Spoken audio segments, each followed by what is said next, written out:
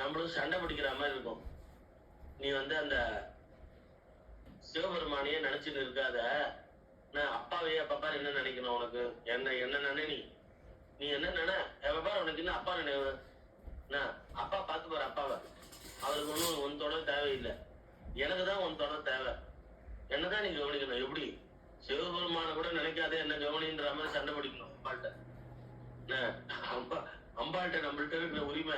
இப்ப பையன் வந்து அம்மாட்ட சொல்றான், டேய் இருடா அப்பா கொஞ்சம் சாப்பாடு போட்டுட்டு வரேன்டா, அவரு இப்பதானே வெளில வந்திருக்கு, வெளில இருந்ததுக்கு என்ன அப்பா அவருக்கு காப்பி ஒண்ணு கொடுத்துட்டு வரேன்டா.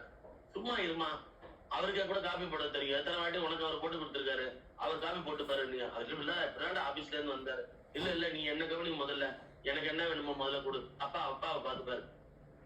இது அப்ப பிள்ளை என்னடா இப்படி சொல்றான்னா, அவனுக்கு அந்த அம்மாவோட உரிமைய ஜாஸ்தி தன்னே கவனி அப்படின்றத சொல்றான். அதனால அப்பாவை கவனிக்காதுன்னா கவனிக்க வேண்டாம், அப்பா வேணான்னு அர்த்தம் இல்லைங்க. அப்பா பாத்துப்பாரு, அவருக்கு தெரியாதுன்னா காப்பி போடுறதுக்கு. எத்தனை நாள் நீ சும்மா உட்காந்து இருக்கும்போது அவர் காப்பி போட்டு உனக்கு கொடுத்துருக்காரு, இன்னைக்கு அவரே போட்டுப்பாரு போ. எனக்கு என்ன முதல்ல கவனி நீ, நான் எனக்கு தான் வந்து நானே பண்ணிக்க மாட்டேன் எதுவும், எனக்கு நீதான் பண்ணணும் அப்படின்னு பிடிவாதம் பிடிக்கிற பிள்ளை. அந்த மாதிரி பிள்ளையா நம்ம இருக்கோம். அம்பாளை பிரார்த்தி என்னமோ என் மனசுல இருக்கிறத உங்களுக்கு சொல்றேன். எப்படி அம்பாள்கிட்ட நான் பேசுறேன் பழகிறேன், ஒரு அடம் பிடிக்கிற குழந்தையா, எப்ப பாரு நச்சு பண்ற குழந்தையா, இது அவன் நச்சுன்னு நினைக்க மாட்டா, ஏன்னா ஜெகன் மாதா. எப்ப பாரு அவள்கிட்ட பேசிட்டு அவன் நினைவுலயே இப்ப இருக்கிற மாதிரி கணக்காயிடுறேன். என் பிள்ளை புண்ணியம் பண்ணியிருக்கான்னு அவளே வந்து என்னோட அந்த இது எல்லாம் கொண்டு வந்து காட்டுவோம். பாத்தீங்கன்னா பிள்ளை இத்தனை 24 hours என்னதான் நினைச்சிருந்தான், அப்ப அவன் புண்ணியம் பண்ணிட்டான்னு அவன் கணக்கெல்லாம் புண்ணிய கணக்கெல்லாம் போட்டுருவோம். அப்ப நம்ம நினைப்பு தான், எண்ணம் தான், அது காளிமா தான். அப்படி கொண்டு போயிடணும். தனியா பூஜையோ எதுவே பூசலார் பண்ண பூஜை என்ன பூஜை, எங்க சிவன் கோயில் கட்டினாரு, எங்க வந்து லிங்கம் பிரதிஷ்டை பண்ணாரு, நந்தி பிரதிஷ்டை பண்ணாரு, எல்லாமே மனசுல தானே, தனியா வெளியில கண்ல மத்தவ பாக்குற மாதிரி இல்லையே. அப்ப பூசலார்கிட்ட போய் சொல்லி நான் வந்து நீ வந்து கும்பாபிஷேகத்தை மாத்தி வச்சுக்கோ, மனசுல பூந்து, மனசுல தானே கோயில் கட்டிட்டு இருக்காரு சிவபெருமான் சொல்லு, ராஜா அவர் கோயில் கட்டியிருக்கான் நான் அதுக்கு போனோம் அப்படின்னு சொல்லாம என்ன பண்ணாரு பகவான், பூசலார் பெரியமா ராஜா தெரிஞ்சுக்கணும்ன்றதுக்காக ராஜா கிட்ட போய் சொல்லி, இந்த பாருப்பா பூசலார் கட்டின கோயில வந்து நான் வந்து கும்பாபிஷேகத்துக்கு போறேன்னு சொல்லி சொல்றேன். உடனே அதை தேடிட்டு வரா ராஜா. பூசலார் கட்டின மணக்கோயில் எங்கன்னு, மணக்கோயில் தான் கட்டியிருக்காரு, ஆனா நிஜ கோயில் நெஞ்சது தேடி வரா. அப்புறம் தான் தெரிஞ்சது இவர் வந்து மனசுலயே கோயில் கட்டியிருக்காரு அப்படின்னு. திருநின்றவூர் கரெக்ட், திருநின்றவூர். அப்போ அந்த மாதிரி மனக்கோயில் கட்டுறதுன்றது மனசுல நினைக்கிற நினைப்பு தான், எண்ணம் தான். அந்த எண்ணத்தை நம்ம வந்து, என்னோட எண்ணம் இப்ப வந்து இப்ப காளியை நினைச்சுட்டு இருக்கேன் அப்படின்னா அவ்வளவு பர்ஃபெக்டா பியூரா இருக்கும்லாம் கிடையாது, பியூர் இல்லாத எண்ணங்கள்லாம் உண்டு. ஆனா அதை காளியிட்ட சொல்லிடுவேன், இந்த மாதிரி இருந்தா நீ என்னை விட்டு போயிடுவ, நீ தவறு செய்யாத வரையில் நான் உன்னுடன் இருப்பேன். இது ஒரு பாண்டரங்க பக்த பானுதாசர் கதையில ஒரு ராஜா கிட்டக்க பாண்டரங்கன் சொல்லுவார், நீ தவறு செய்யாத வரையில் நான் உன்னுடன் இருப்பேன்னு. அப்போ அந்த மாதிரி அம்பாள் வந்து நம்ம தவறு செஞ்சோம், ரொம்ப தவறையே நினைச்சுட்டு இருந்தோம் அப்படின்னா, அம்மா எனக்கு இங்க இடம் இல்லடா நான் கிளம்புறேன்னு கிளம்பிடுவா. அப்போ அந்த மாதிரி எண்ணங்கள் வரும்போதும் அம்மாட்ட சொல்லுவேன். ஏன்னா எதையும் மறைக்க முடியாது, அவளுக்கு தெரியாது ஒண்ணும் இல்லை. நம்மள்ட்ட பேட் எண்ணங்கள் வராம இருக்குன்ற மாதிரி அளவுக்கு நான் பியூர் எல்லாம் கிடையாது. பேட் எண்ணங்கள் வரும், வந்தா அந்த பேட் எண்ணத்தையும் தூக்கிட்டு காளிமாட்ட போவேன். அம்மா பாரு நான் சேறு படிஞ்சு இருக்கேன் பாரு, சேர்ல விழுந்துருக்கேன், என் உடம்பெல்லாம் சேரு பாரு அப்படின்னா, ஐயோ தலையில அடிச்சுட்டு நம்ம தலையில கங்கா ஜலத்தை விட்டு பாரு, நல்ல சாதா இந்த வாட்டர் இல்ல கங்கா ஜலத்தை விட்டு நம்மளை புனிதப்படுத்தி பியூராக்குவோம். யாருன்னா காளிமா. அது இப்ப விளையாடிட்டு வரும்போது சேராக்கின்னு வந்தேன், உடம்பெல்லாம் சேருன்னு குழந்தை குட்டி குழந்தை சொல்லிட்டு இருந்தா, அம்மா தானே தூக்கின்னு போய் குளிப்பாட்டி அதை பண்ணி இதை பண்ணி சுத்தப்படுத்துறது. சோ அப்ப அவதான் பண்ணணும்.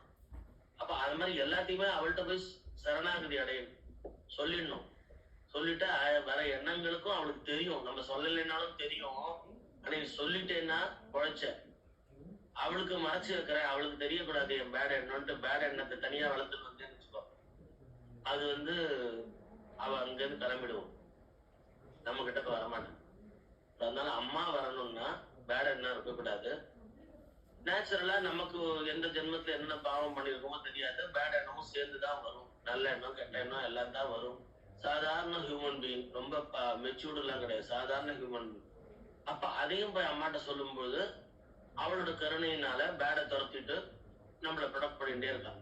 என்னைக்குமே அந்த ப்ரொடக்டரா இருந்துட்டே நம்மளை காப்பாத்திட்டே இருக்கா காளிமா. சோ அதனால ஒவ்வொருத்தருக்கும் பக்தி எப்படி பண்றது. இப்ப நவராத்திரி நேத்தெல்லாம் அவ்வளவு அழகா வந்து நவராத்திரி பத்தி தருணியா சொன்னான்.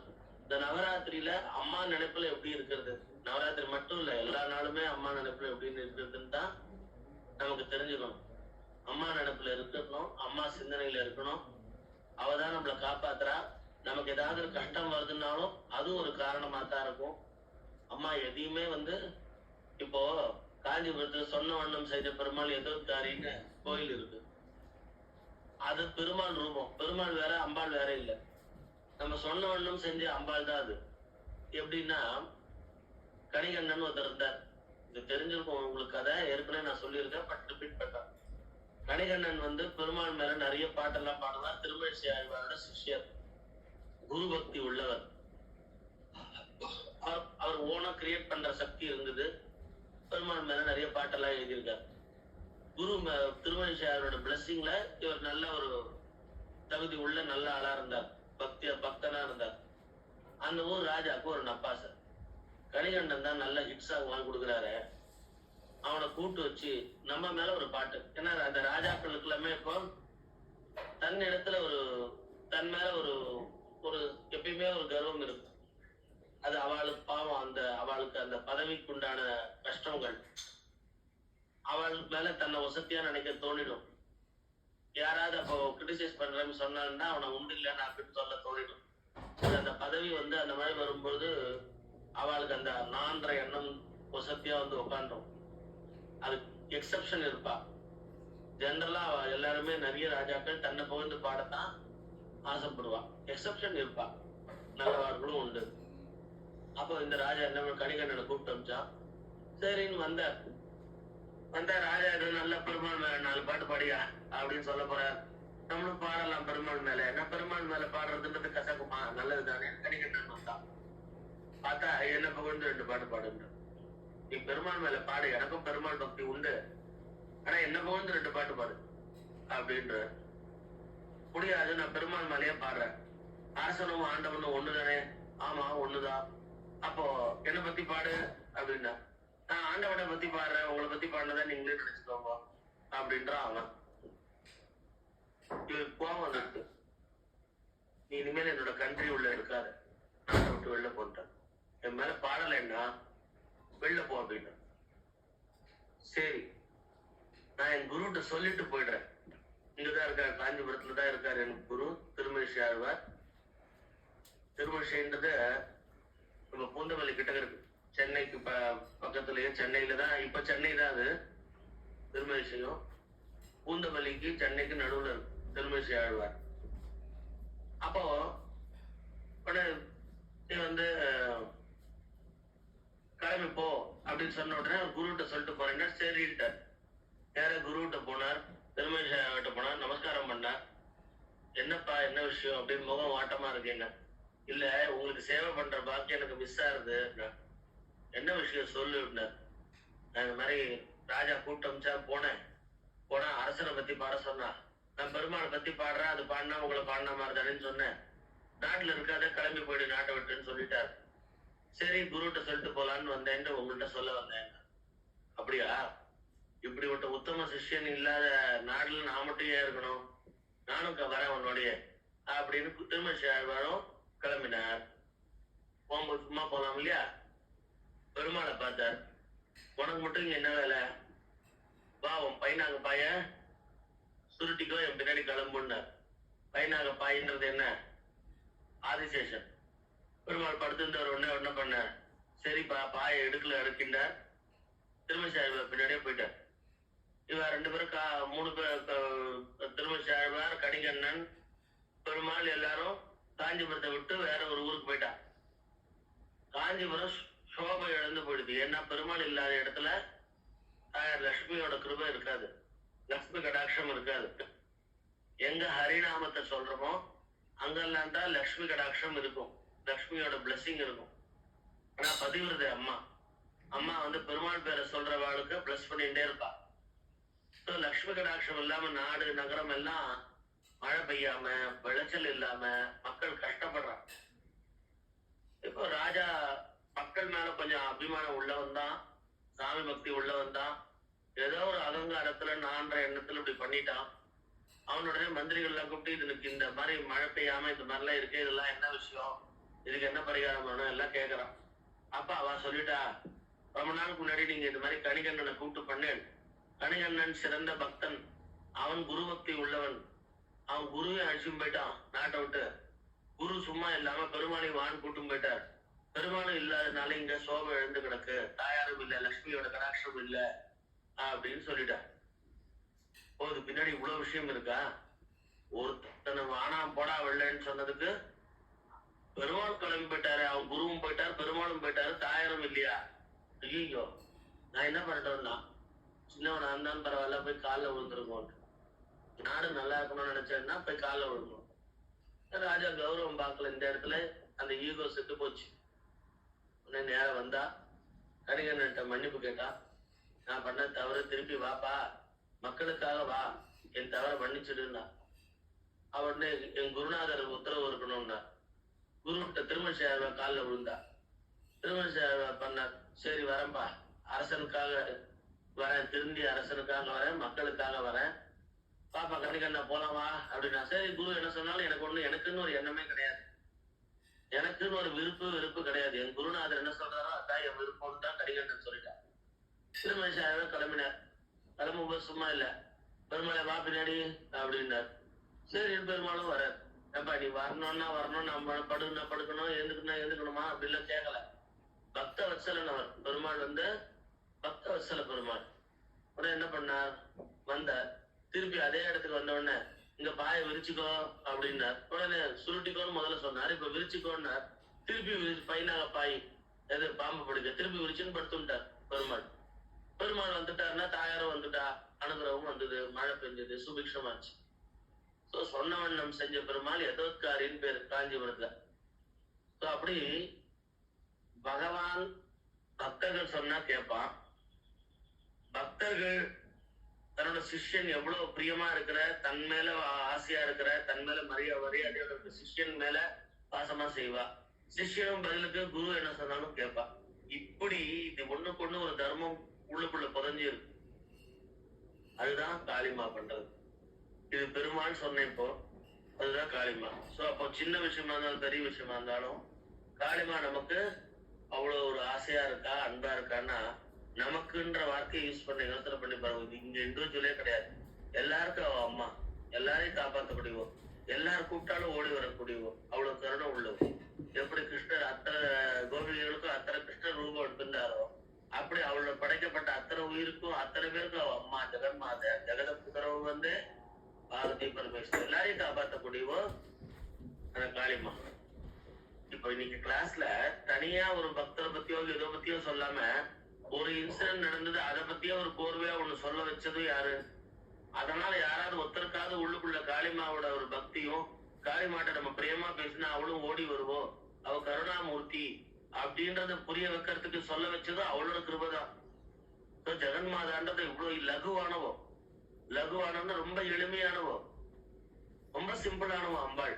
ஐயோ அம்பாள்னா நான் வந்து அம்பாரி நவாவரண பூஜை பண்ணணும், அந்த மாதிரி மந்திர உபதேசமா இருக்கணும், இந்த மாதிரி மந்திர உபதேசமா இருக்கணும், இப்படி எல்லாம் பண்ணாதான் அந்த காளிமா கிட்டக்கையே போக முடியும். இல்லாட்டி அவ்வளவு அந்த அவளோட கோட்டைன்றது அவ்வளவு பெருசா இருக்கு. இந்த கோட்டையில இத்தனை பேரை தாண்டி நான் எங்க இருந்து போறேன், இத்தனை பேர்ட்ட பர்மிஷன், அர்கலாட்டெல்லாம் பர்மிஷன் வாங்கி போனமே அப்படின்னா அத்தனையும் கரெக்ட் தான். அவர் ராஜதானியில அவளோட ராஜராஜேஸ்வரியா உட்காந்துருக்கா, லலிதாம்பிகையா உட்காந்துருக்கா, லலிதா பரமேஸ்வரியா, அத்தனையும் கரெக்ட் தான். ஆனா அத்தனைக்கும் அவ்வளோ ஒரு பவர்ஃபுல்லான அம்மா நமக்காக எளிமையாவும் ஓடி வருவான். இதுதான் அவளோட ஸ்பெஷாலிட்டியே. அவ்வளோ ஒரு கட்டுக்காவல் இருக்கும் அந்த அவளோட ஸ்ரீபுரத்துல. நம்ம அவளை எளிதில பார்க்க முடியாது. எத்தனையோ பேரோட பர்மிஷன் இருந்தாதான் உள்ள போய் அவளை பார்க்க முடியும். எத்தனையோ பேர் எப்படியோ சாஸ்திரங்கள் பண்ணிட்டு இருக்கா, அத்தனையும் கரெக்ட் தான். ஆனா எளிமையா நமக்காக நம்ம பின்னாடியே கெஞ்சிட்டு ஓடி வரக்கூடிய அந்த தாயும் அவதான். அப்ப எப்படி புரிஞ்சுக்கோங்க ஈஸியா? நம்ம பின்னாடி ஓடி வந்து நமக்கு அனுகிரகம் தாயும் அவதான். சோ இப்படிதான் காளிமா. இதை மட்டும் தெரிஞ்சுட்டேன்னா அவள் இடத்துல நம்மளுக்கு அன்பு. நான் காளிமான்றேன், நீங்க காமாட்சின்னு சொல்லுங்க, ஒண்ணும் தப்பு இல்லை, எல்லாம் ஒண்ணுதானே. அன்பு காட்டுறது நம்ம இன்னும் இன்டெப்த் காட்டணும். இன்டெப்த் பேசிட்டே இருக்கணும். மனசுல வர எண்ணங்கள் எல்லாமே அங்க அவ்வளவு உட்கார வச்சிடணும்.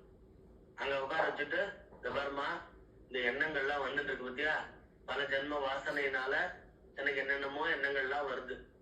இந்த எண்ணெய் வச்ச பாத்திரம் மாதிரி, ஆயில் வச்ச பாத்திரத்துல நம்ம விரும்ப வாட்டரை வச்சு வாஷ் பண்ணா போறாது. அதுக்குதான் விம் லிக்விட் எல்லாம் விட்டு இன்னும் நல்லா தேக்கணும். இல்ல சாதாரண ஒரு காஃபி டம்ளர் அலம்புறது ஈஸி. அந்த குழாவை தரப்பி விட்டு டக்குன்னு அதை காட்டினாலே போறோம், அது அலம்பி விட்டா போறோம். ஆயில் வச்ச பாத்திரத்துக்கு ஜாஸ்தி அதுக்கு இம்பார்ட்டன், அந்த பிசு பிசுப்பு போகணும்னா விம் லிக்விட் எல்லாம் விடணும். அந்த மாதிரி நமக்கு பல ஜென்மால இருந்து வந்த எண்ணங்கள் இருக்கு. பல ஜென்மாவா நம்ம செஞ்ச கர்மாக்கள்லாம் இருக்கு. அது நமக்கு துணையாதான் ஓடி வந்துட்டு இருக்கும். திரும்ப நம்ம ஹெல்ப் பண்றதா நினைச்சு நம்மளை கவுத்து விடுறதுக்கு வேண்டாத எண்ணங்கள் ஓடி வரும். இப்ப காளிமாவை அங்க உட்கார வச்சுட்டா அவர் ஃபில்டர் பண்ணிதான் நமக்குள்ள அனுப்புவோம். அந்த எண்ணங்கள், வேண்டாத எண்ணங்களை அப்படியே துரத்து விட்டுருவோம். சோ அப்ப ஜெகன்மாதாவை அங்க போய் உட்கார வைக்கணும். அம்மா வாடி, உனக்கு ஆசனம் ஒண்ணு கொடுத்துருக்கேன்டி. என்னன்னா, எங்கடா என்ன, எனக்கு ஹிருதயம் தான்மா, இங்க ஒரே அழுக்குதான், குப்பைதான். ஆனா பெருக்கிற வேலைக்காரியும் நீதான். பெருக்கிட்டு அங்க அப்படியே சிம்மாசனத்தை உட்காந்துற சிம்மாசனேஸ்வரியும் நீதான். சிம்மாசனேஸ்வரின்னா என்ன, லலிதாம்பிகா ராஜராஜேஸ்வரி. அங்க உட்காந்து அப்படியே பெரிய விஐபி வராருன்னா அந்த இடம் எவ்வளவு கிளீனா இருக்கும். முதல்ல அந்த விஐபி வரதுக்கு முன்னாடி பெருக்கி சுத்தம் பண்ணி கோலம் போட்டு எல்லாம் பண்ணணும். அப்புறம் விஐபி வந்தா அவளுக்கு ஒரு சேர் ஆசனம் கொடுக்கணும். அந்த மாதிரி முதல்ல பெருக்கி சுத்தம் பண்ற வேலையை நீதான் பண்ணியானோம். அப்புறம் விஐபியாவும் நீதான் வரணும். டபுள் ஆக்ஷன், ட்ரிபிள் ஆக்ஷன், எல்லா ஆக்ஷனும் நீதான் பண்ணியானோம். அங்க ஜம்முன்னு சிம்மாசனத்தை உட்காந்து என்ன அனுகிரகம் பண்ணணும். ஸோ இப்படி எல்லாரும் நீதாம்மா பண்ணியானோம். உனக்கு தான்மா ரெஸ்பான்சிபிலிட்டி ஜாஸ்தி. உன் பிள்ளை இல்லையா, காப்பாற்ற வேண்டியது உன் கடமை இல்லையா அப்படின்னு அம்பாள்கிட்ட பிரார்த்தனை பண்ணு. சோ இதுதான் அம்பாள்கிட்ட பிரார்த்தனை பண்ற முறை. சாந்ததேவன் ஒருத்தர் இருந்தார். பெரிய சித்துகள்லாம் படைச்சவர். எல்லா சித்துகளும் அவருக்கு மன நிம்மதி மட்டும் இல்லை. ஏன்னா மனசுன்றது உனக்கு தியானம் பண்ணி ஜபம் பண்ணி இந்த மாதிரிலாம் பண்ணா எக்ஸ்ட்ரா பவர்லாம் கூட வந்துடும். அதை வச்சுட்டு என்ன பண்றது, எல்லாரும் கை தட்டுவா, அவளுக்கு சந்தோஷமா இருக்கு, எனக்கு இந்த மாதிரி பவர் வரலேன்னு இருக்கு. ஆனா அந்த பர்டிகுலர் பர்சனுக்கு அந்த நிம்மதின்றது என்னமோ இல்லை, அது மிஸ்ஸிங். 1400 வருஷமா இருந்தாருன்னு சொல்லி அவர் கதையில இருக்கு. அவருக்கு 2000 சிஷ்யர்கள் இருந்தான்னு இருக்கு. அப்போ அவ்வளவு வருஷமா தபஸ் பண்ணாராம், அவ்வளவு சிஷ்யர்கள் இருந்தாலாம். ஆனாலும் அவருக்கு மன நிம்மதி என்ன பண்றதுன்னு தெரியலையே அப்படின்னு சிவபெருமான்கிட்ட அழறார். அப்போ அவர் சொப்பனத்துல சுவாமி சொல்றார், ஒரு நாளைக்கு இந்த மாதிரி ஆலந்தியில ஞானேஸ்வரர் அப்படின்னு இருக்கார் குழந்தை, அவர்கிட்ட உன்னோட மனசு அடங்கும், அவர்கிட்ட நீ போ, அவரை அப்ரோச் பண்ணுன்னு சிவபெருமானோட டைரக்ஷன். இவர் உடனே சிவபெருமான் கனவு சொப்பனம் வந்தது, சரி முடிச்சுட்டார். ஆனா இவருக்கு ஆல்ரெடி இவ்வளவு சிஷியர்கள்லாம் இருக்கா. இவரை குருவே குருவேன்னு எல்லாரும் கொண்டாடின்னு இருக்கா. அந்த இடத்துல ஈகோ தடுத்தது இவரு.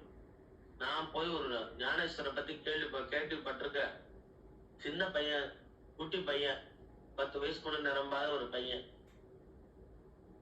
அவன்கிட்ட நான் என்ன கேக்குறது, சிவபெருமானே சொல்லிட்டாரு, ரைட்டு, என்ன போய் பேசுறது, எப்படி பேசுறது, சரி ஏதாவது ஒரு லெட்டரை எழுதி இந்த மாதிரி என்னோட மனசு இந்த மாதிரிலாம் எண்ணங்கள் வந்தது, அமைதி இல்லை, இதுக்கு நீங்க ஏதாவது வழி சொல்லுங்கன்னு கேக்குறதா அப்படின்னு ஒரு ஓலைச்சுவடி எடுக்க சொன்னார் சிஷ்யனை. எடுத்துட்டு வந்தான். எழுதலாம் பார்த்தா நம்மளோட பெரியவா இருக்கா, அவளுக்கு ஒரு லெட்டர் எழுதும்போது நமஸ்காரம்னு எழுதலாம், வணக்கம் நமஸ்காரம் ஐயா வணங்குகிறேன் எழுதலாம்.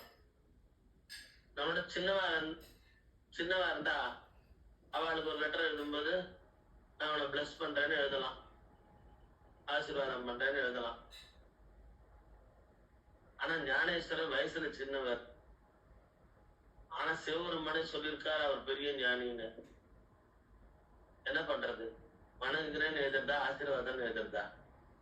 வயசை பாக்குறதா, அவரோட கெப்பாசிட்டிய தகுதியை பாக்குறதா? மண்ண குழப்பம் வரும். உடனே வெறும் ஓலைய கொடுத்து விட்ட சிஷ்யன்ட்ட. அவர் பெரிய ஞானியா இருந்தா அவருக்கு எல்லாம் புரியும். இதை கொண்டு போய் கொடுங்க. அங்க இருந்து சாங்க தேவர்ல இருந்து ஒரு ஆள் வந்தான். வந்திருக்கேன்னு சொல்லி ஞானேஸ்வரத்தை சொன்ன உடனே வர சொல்லு அப்படின்னு. வர சொன்ன உடனே அழைச்சிட்டு வந்தா வெறும் ஒரு ஓலை, ஒண்ணுமே எழுதாத ஓலைச்சோடி. ஒண்ணுமே இல்லை, வெறும் பேப்பரை கொண்டு போய் கொடுத்தா அந்த இப்ப அமெரிக்கா வரைக்கும் போறது, ஏதோ ஒரு யாருக்கும் நான் ஒரு ஏதோ ஒரு எழுதி ஏதோ ஒரு இன்ஃபர்மேஷன் சொல்லணும், இங்க வந்தவன்ட்ட ஒரு பேப்பரை கொடுத்து இதை கொண்டு போய் அவன்கிட்ட கொடுத்துருங்க, மடிச்சு ஒரு கவர்ல போட்டு கொடுத்துருக்கேன். அண்ணா ஏதோ எழுதியிருக்காரு, மந்திரம் தான் எழுதியிருக்காரு போல இருக்கு, இல்ல ஏதோ ஒன்று டைரக்ஷன் எழுதியிருக்காரு. என்னன்னு பிரிச்சு பார்த்தா வெறும் பேப்பர் இருந்ததுன்னா என்ன சொல்வா? அண்ணா என்னன்னா ஒண்ணுமே புரியல, வெறும் பேப்பர் கொடுத்து விட்டுருக்கல அப்படின்னு சொல்ல மாட்டாளா? அந்த மாதிரி ஓலைச்சுவடிய வெறும் ஒண்ணுமே இல்லை, எழுதவே இல்லை. ஆனா ஞானேஸ்வரன் சாட்சாத் மகாவிஷ்ணுவோட அம்சம். அவருக்கு தெரிஞ்சு போச்சு. எண்ணற்ற கற்றாலும் சித்திகள் அனைத்தும் கைவர பெற்றாலும் உன் குருநாதருக்கு வாழ்க்கை வெற்றோலை ஆகிவிட்டதே அப்படின்னு. அவ்வளவு சஞ்சலம் இருக்கு மனசுல.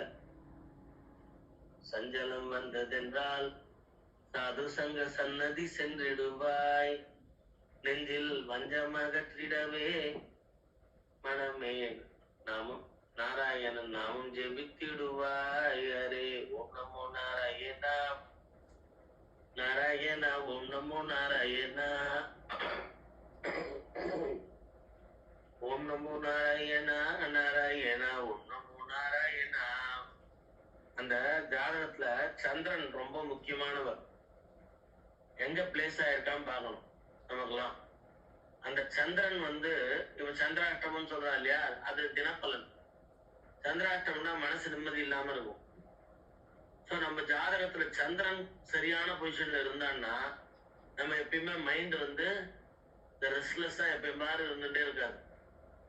அவர் சரியில்லை, அவர் சரியான பிளேஸ்ல இல்ல, மறைவு ஸ்தானத்துல இருந்தார் அப்படின்னா நமக்கு நிக்க பயம் உட்கார பயம் அப்படின்னு அந்த பயம் பயம் சொல்லுவானு ஒரு படத்துல கமலஹாசன்.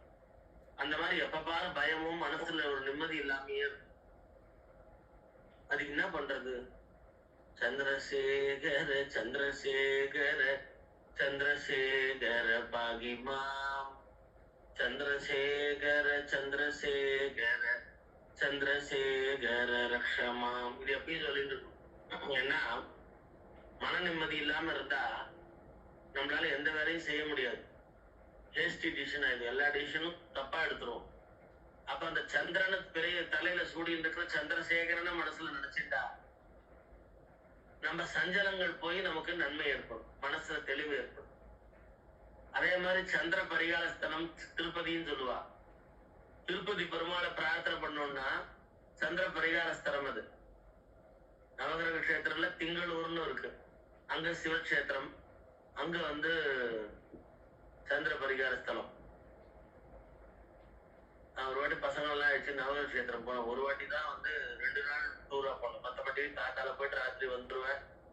இல்ல திருவண்ணாமலை கிரிவலம்னா நைட்டுக்கு கிளம்பி அங்க போற மாதிரி போய் கிரிவலம் பண்ணி வச்சுட்டு வருவேன். அந்த மாதிரிலாம் பிஃபோர் மேரேஜ் அந்த மாதிரிலாம் நிறைய போட்டிருக்கேன். அப்ப ஒரு வாட்டி திங்களூர் போகும்பொழுதுலாம் கோயில் மூடிடுவா அப்படின்லாம் சொன்னா, மனசுல பிரார்த்தனை பண்ணின்னு சொல்லுவோம். அந்த 2 டே போனோம் குழந்தைங்களை வச்சுட்டு. கரெக்டா திங்களூர்ல நாங்க போனோம், தரிசனம் முடிச்சோம். அப்புறம் இப்படி திரும்பி வரத்துக்குள்ள பார்த்தா அப்புறம் சன்னதி எல்லாம் மூடிட்டேன். மற்ற எல்லா கோயிலும் பார்த்துட்டோம்.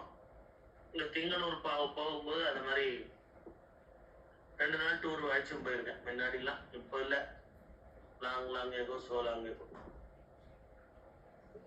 அது மாதிரி நமக்கு அனுகிரகம் பண்ணார், விட்டு கொடுக்கல சுவாமி. நம்மளால மூடிட்டான்னு வச்சுக்கோங்க, அப்புறம் நம்ம பிளானே கெட்டது. அந்த நவகிரகத்துல சந்திரனை அப்படி பார்க்கலையேன்னு இருக்கும். இல்ல பாக்குறதுக்கு வெயிட் பண்ணா இன்னொரு கோயில் போக முடியாம ஒரு டிலே ஆகும். எவ்வளவு விஷயம் இருக்கு. ரிட்டர்ன் வருது, திருப்பி ப்ராப்பரா ரிட்டர்ன் வந்துடணும், எல்லாருக்கும் பைசா ஜாஸ்தி ஆகக்கூடாது, கூட வந்தவர்களா எல்லாம் கரெக்டா கடவுள் அமைச்சு கொடுத்தார். அது மாதிரி சந்திரனுக்கு பிரார்த்தனை பண்ணா, சந்திரசேகரன் பிரார்த்தனை பண்ணா சந்திரன் மன நிம்மதி கெடாம நமக்கு சந்தோஷத்தை கொடுப்பார், மன நிம்மதியை கொடுப்பார். அதே மாதிரி திருப்பதி பெருமாள் நினைச்சுட்டா நம்ம சந்திரன் ஜாதகத்துல சரியில்லைன்னா கூட மனசு தெளிவாகி சரியான முடிவு எடுக்காம டேஸ்டி டிசிஷன் இல்லாம ரைட் டிசிஷன் எடுக்கிற மாதிரி அனுகிரகம் பண்ணுவார். இங்க அந்த மாதிரி மனசு இவருக்கு வாழ்க்கை வெற்றோலை ஆகிவிட்டது அப்படின்னு சொல்லி நான் பார்க்க வரேன் அப்படின்னா இவர் அப்படி சொல்லிட்டு சிஷியன் சொல்லி அனுப்பிச்சிட்டார். அப்போ அவர் உடனே என்ன பண்ணார், இன்னும் அவருக்கு வந்து இந்த இது அடங்கல சாங்கதேவருக்கு. நாமளும் பாக்கிறதுக்கு மீட்டிங் பிளேஸ் நடுவுல மீட் பண்ணுவோம். அவர் கிளம்பி வராருன்னா நாமளும் கிளம்பி போவோம். ரெண்டு பேரும் ஒரு நடுவுல ஒரு இவர் இருக்கிற ஊர் வேற, அவர் இருக்கிற ஊர் வேற. நடுவுல ஒரு ஊர்ல சந்திப்போம் அப்படின்னு சொல்லிட்டு புலிய ஒண்ணு சிருஷ்டி பண்ணார் மந்திர சக்தியால. அது மேல உட்காண்டார் சாங்கதேவர் புலி.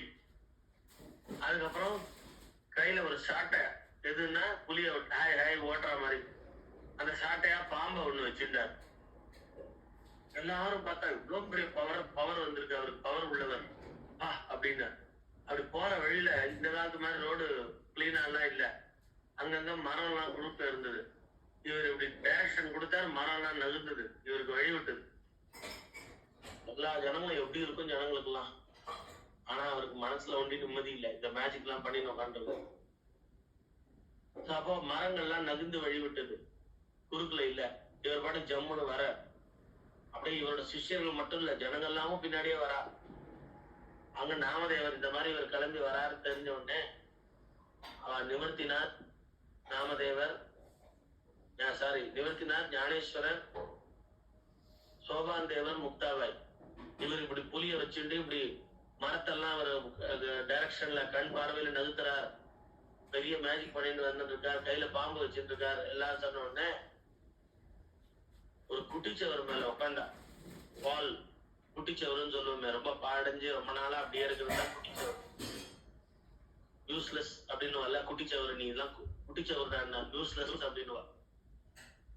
அந்த மாதிரி ஒரு குட்டிச்சவர் யூஸ்லெஸ் எல்லாரும் சொல்றாங்க. ஒரு குட்டிச்சவர் அது மேல இவெல்லாம் உட்காந்து அப்படின்னாரு ஞானேஸ்வரர். அது பறக்க ஆரம்பிச்சிடும். இந்த மிடில் பிளேஸ்க்கு ரெண்டு பேரும் மீட்டிங் பிளேஸ்க்கு இவர் இப்படி வந்து புலியெல்லாம் வந்து கமெண்ட் பண்ணி அழிச்சுன்னு வரார். பாம்பை கையில வச்சிருக்கார். பாம்புன்னா படையும் நடக்கும்னு சொல்லுவாள், அந்த பாம்பை கையில வச்சு கமெண்ட் பண்றார். மரங்கள்லாம் வந்து இவர் சொன்ன உடனே நகர்த்து வழி விடுறது, பார்த்து விடுறது. இவர் இப்படி வந்துட்டு இருக்காரு. கோடிக்கணக்கான ஜனங்க ஃபாலோ பண்றா. அங்க பார்த்தா வானத்துல ஸ்வைன்னு ஏரோப்ளேன்ல பறந்து வர மாதிரி குட்டிச்சவர் மேல உட்காந்து நிவர்த்தினார், ஞானேஸ்வரர், சோபான் தேவர், முக்தாபாய் 4 பேரும் உட்காந்துருக்கா. சவுரு அப்படியே பறந்து வந்துட்டு இந்த நடுவு பிளேஸ்க்கு வந்துட்டா. சாங்க தேவர் வந்துட்டார், ஃபர்ஸ்ட் வந்துட்டார். வானத்துல பாக்குறார், ஞானேஸ்வரர் இறங்கின்னு இருக்கார். பார்த்தா குட்டிச்சவர் அப்படியே ஆன வாய் குழந்தைன்னு பாக்குறாரு. இங்க வந்து இவருக்கு முன்னாடி சாங்கதேவர் முன்னாடி ஞானேஸ்வரர் அந்த குட்டிச்சவர் வந்து இறங்கிட்டு அதுல உட்காண்டே இருக்காரு. ஞானேஸ்வரர் இன்னும் இறங்கல, கீழே இறங்கல. சவுரு வந்துருக்கு, சவுரு மேலேயே உட்காந்துருக்காரு. சாங்கதேவர் புலியில இருந்து இறங்கி வந்து அப்படியே அழுதுண்டே நமஸ்காரம் பண்றேன். நான்லாம் என் மந்திர சக்தியால உயிருள்ள ஜீவன்களை தான், உயிருள்ள ஜீவன் மட்டும் இல்ல, உயிருள்ள கிரியேஷன், லிவிங் திங்ஸ், அதைதான் கமெண்ட் பண்ண முடியும். மரம்னா அதுக்கு உயிர் இருக்கு, அது என்ன வளர்றது, எல்லாம் பழம் கொடுக்கறது, எல்லாம் பண்றது. இந்த பாம்புன்றது உயிர் இருக்கு, புலின்றது உயிர் இருக்கு. இதெல்லாம் நான் கமெண்ட் பண்ண முடியும். என் மந்திர சக்தி ஒரு லெவல் தான். நான் இதை வச்சு மேஜிக் காட்டிட்டு இருக்கேன். வெள்ள கை தட்டி ஆஹா ஓஹோன்னு சொல்லிட்டு இருக்கா. குட்டீஸ் அவரெல்லாம் வந்து அதுக்கு வந்து நான் லிவிங் திங்ஸ், அதுக்கு என்ன உயிர் இருக்கு, சவுரு. ஆனா அதெல்லாம் மூவ் பண்ண வைக்கிறல, நீங்க பறக்க வைக்கிறல, அது மேல வரல அப்படின்னா அது வந்திருக்கிறது யாரு? சாக்ஷாத் மகாவிஷ்ணு, ஞானேஸ்வரர் யாரு? சாட்சாத் மகாவிஷ்ணு. அவரால் எதுவும் முடியாது. இவருடைய அப்படி சாஷ்டாங்கமா காலில் விழுந்தார். என் கர்வம் எல்லாம் அடங்கிட்டுன்னார். இதுதான்பா உனக்கு புரிஞ்சுக்கணும். நீ நம்ம கெப்பாசிட்டி உயர்ந்ததுன்ற அந்த ஈகோவே இருந்துட்டு இருக்காங்க. நான் ஒண்ணும் இல்ல புழு, நான் ஒண்ணும் இல்ல வேஸ்ட், சாதாரணம். நானு எனக்கு எந்த தகுதியும் இல்லைன்றத முதல்ல புரிஞ்சுட்டு அடுத்தது வினயமா இருந்து தகுதி உள்ளவாட்ட உபதேசம் வாங்கி முன்னேறணும் டுவர்ட்ஸ் காட நோக்கி. மன அமைதி உனக்கு அப்பதான் வரும். அந்த மன சஞ்சலத்துல இருக்கிறதுனால தான் நீ எந்த டிசிஷன் எடுக்கிறது, எந்த மாதிரி நம்ம ஆக்ட் பண்றதுன்னு தெரியாம இருக்க. இந்த மன சஞ்சலம் இருக்கு உனக்கு. முக்தாபாய் உனக்கு வழிகாட்டுவா. ஏன்னா சாக்ஷாத் ஜெகன்மாதா அம்பாள் அவ உனக்கு உபதேசம் பண்ணுவான்னா. ஞானேஸ்வரரே 10 வயசுக்குள்ள ஆகல. முக்தாபாய் இருக்கிறதுலே குட்டி பொண்ணு, 5 வயசு பொண்ணு. அவ உனக்கு உபதேசம் பண்ணுவன்றா. இவருக்கு வயசு சொல்றது என்ன? இந்த சாங்க தேவருக்கு 1400. அத்தனை வருஷமா தபஸ் பண்ணிட்டு இருக்கார், யோகத்துல இருக்கார். அதனால வயசு கூடிட்டே இருந்ததுன்றா. அவருக்கு புத்தி வரத்துக்கு 5 வயசு பொண்ணை வச்சு ஞானேஸ்வரர் வந்து உபதேசம் பண்ண வைக்கிறார். அப்ப உடனே காலில் விழுந்து அம்பாள்கிட்ட, முக்தாபாய்கிட்ட மந்திர உபதேசம் வாங்கிக்கிறார் சாங்கதேவர். ஏன்னா இவர் தீவிர சிவபக்தர் சாங்கதேவர். அதனால அவருக்கு அம்பாலே வந்து அனுகிரகம் பண்ணட்டும். சிவன் சக்தின்றது ஒண்ணுதானே, ஒரே சக்தி தானே. சிவன்ல பாதி சக்தி, சக்தியில பாதி சிவன்ற மாதிரி 2 பேரும் ஒண்ணுதானே. அதனால எப்படிப்பட்ட சிவபக்தரானவர் அம்பாலே அனுகிரகம் பண்ணட்டும் சொல்லி அம்பாவோட சக்தியும் அவருக்கு வரட்டும். அப்பதான் அவருக்கு நல்ல ஒரு முக்தி நிலைக்கு அடைவார் அப்படின்னு சொல்லி முக்தாபாய் வந்து அனுகிரகம் பண்றார். அப்படியெல்லாம் பக்தர்கள் கதை இருக்கு. ஞானேஸ்வரர் கதை, சாங்கதேவர் கதை, மகான்கள் கதை எல்லாம் இருக்கு. அதன் பிறகு தொடர்ந்து பக்தி பண்ணிட்டு காட்டின வழியில சாங்கதேவரும் ஞானேஸ்வரர் சமாதி ஆகும்போது சாங்கதேவரும் வந்து அழறார். சமாதி 16 வயசுல சமாதி. 16 வயசுல நம்ம என்னத்தை கிழிச்சுக்க போறோம் சொல்லுங்க. 16 வயசுல அவர் வந்து எத்தனையோ சத்காரியங்கள்லாம் பண்ணிட்டு உலகத்தை தர்மத்தை ஞானேஸ்வரின்னு புக்கு இருக்கு. அது படிச்சீங்கன்னா நல்ல ஒரு நாலேஜ். இந்த பகவத்கீதா சாரம் தான் அது. ஞானேஸ்வரி நெட்டுல கிடைக்கும், எந்த லாங்குவேஜ்ல வேணா கிடைக்கும். நான் தமிழ்ல வச்சிருக்கேன், ஏன்னா எனக்கு தெரிஞ்சது. அப்போ ஞானேஸ்வரி வச்சிருக்கேன். அந்த ஞானேஸ்வரின்ற புக்கு நல்ல ஒரு ஞானத்தை கொடுக்கும். பகவத்கீதா சாரம் அது பாமரர்களுக்கும் புரிகிற மாதிரி எழுதியிருக்கார் ஞானேஸ்வரர். துக்காராம் போன்ற மகான்கள்லாம் தனக்கு ஏதாவது ஒரு சாஸ்திரத்துல தர்மத்துல டவுட் இருந்தா அவெல்லாம் பெரிய கடவுளை பார்த்தவா. துக்காராம் பை பர்த் தான் அன்டச்சபிள். அவரோட தபஸ் கிட்டக்க நெருங்க முடியாது நம்மளாம். ஆனா அவருக்கே ஒரு சந்தேகம் அப்படின்னா ஆலந்தியில போய் ஞானேஸ்வர சமாதியில உட்காந்து தியானம் பண்ணுவாராம். ஞானேஸ்வர சமாதியில தியானம் பண்ணி எனக்கு நான் இப்ப என்ன மாதிரி டிசிஷன் எடுக்கணும்னு எனக்கு பிளஸ் பண்ணுங்க, எனக்கு ரைட் பாத் காட்டுங்கன்னு கேட்பாராம் குருதேவான். அப்ப ஞானேஸ்வரர் அனுகிரகம் பண்ணுவாராம் அப்படி பிரார்த்தனை பண்றவாளுக்கு. அப்ப அவர் டிசிஷன், ஒவ்வொரு வாழ்க்கையில டிசிஷன் வந்து எடுக்கிறத வச்சுதானே லைஃபே. இப்போ ஒரு பொண்ணுக்கு வந்து 4 வரன் வந்திருக்கு, ஆம்பளை பிள்ளை ஜாதகம் 4 வந்திருக்கு. எதை பண்ணலாம்? அவன் அப்பா அம்மா என்ன பண்றா? பொண்ணுகிட்டயே சாய்ஸ் கேட்கறான். ஏன்னா அவ தானே வாழ போறான்னு. எவருமா இந்த மாப்பிள்ள டாக்டரு, இவர் இன்ஜினியரு, இவர் போலீஸு, இவர் வக்கீலு, 4 பேர் வந்திருக்காமா, எதை பெஸ்ட் சூஸ் பண்ணுமா அப்படின்னு சொல்றான்னு வச்சுக்கோங்க. ஒரு பேச்சுக்குதான். அவ யார தொடுறாளோ, எது சரின்னு சொல்றாளோ, அவ யாரோட கல்யாணம் நடக்கிறதோ அவளோட ஃபேமிலி மெம்பர்ஸ் இவளுக்கும் ஃபேமிலி உறவாயிடுறது. அவரோட பழக்க வழக்கங்கள் எல்லாம் இவருக்கும் பழகுது, இவளோட குணங்கள்லாம் அவளுக்கும் வருது, எல்லாம் ஷேர் பண்ணிக்கிறா. அப்ப அவரோட லைஃப் லாங் உண்மையில் டிராவல் பண்ண போறா ஒன்னா. அப்போ எக்ஸ தொடர்றதா, ஒய்ய தொடர்றதா, இசட்ட தொடர்றதா, இல்ல ஏவ தொடர்றதா தெரியல. எது கரெக்டா இருக்கும் அவளுக்கே தெரியல. காடுக்கு தான் தெரியும். கடவுள் தான் எதை தொட்டா அவனுக்கு லைஃப் அமிர்தமா இருக்கும், சந்தோஷமா இருக்கும், நிம்மதியா இருக்கும் பணம் ஒண்டி பார்த்த ஒரு கிரைட்டீரியா இல்ல படிப்பு ஒண்டி கிரைட்டீரியான்னு கிடையாது.